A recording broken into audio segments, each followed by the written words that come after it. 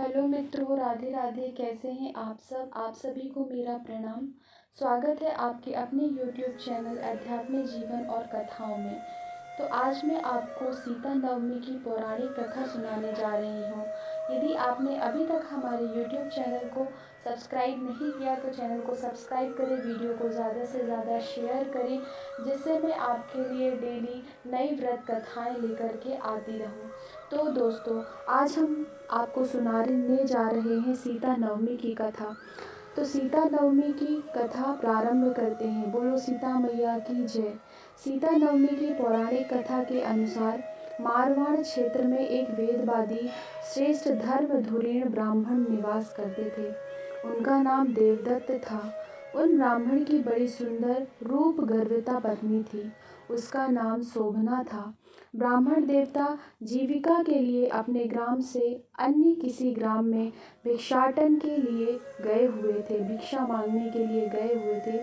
इधर ब्राह्मणी कुसंगत में फंसकर व्यभिचार में प्रवृत्त हो गई।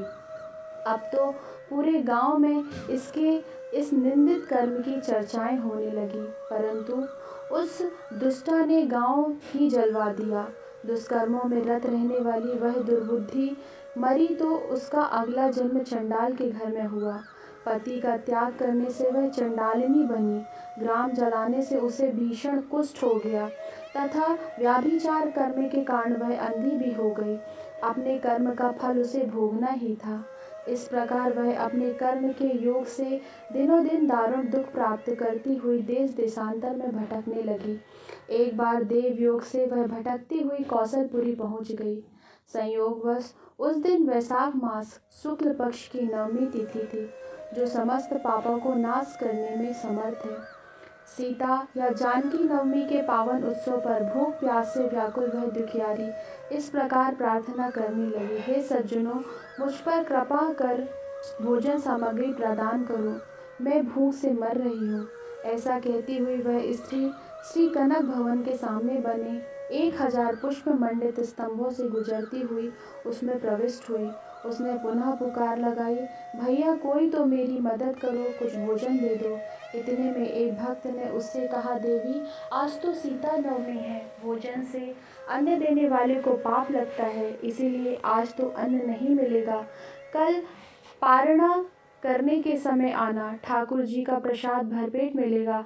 किंतु वह नहीं मानी। अधिक कहने पर भक्त ने उसे तुलसी व जल प्रदान किया। वह पापिनी भूख से मर गई, किंतु इसी बहाने अनजाने से उससे सीता नवमी का व्रत पूरा हो गया।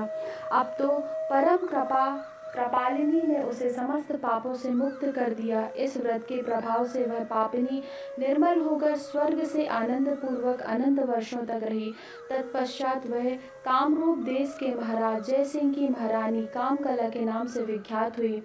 जस्टिस मरा उस महान साध्वी ने अपने राज्य में अनेक देवालय बनवाए, जिनमें जानकी रघुनाथ की प्रतिष्ठा करवाई। इस दिन जानकी स्तोत्र, रामचंद्राष्टकम, रामचरितमानस आदि का पाठ करने से मनुष्य के सभी कष्ट दूर होते हैं। अतः जो सीता नवमी पर श्रद्धा पूजन अर्चन करते हैं, उनकी सभी मनोकामनाएं पूर्ण होती हैं तथा उन्हें सुख सौभाग्य प्राप्त होता है। बोलो सीता मैया की जय।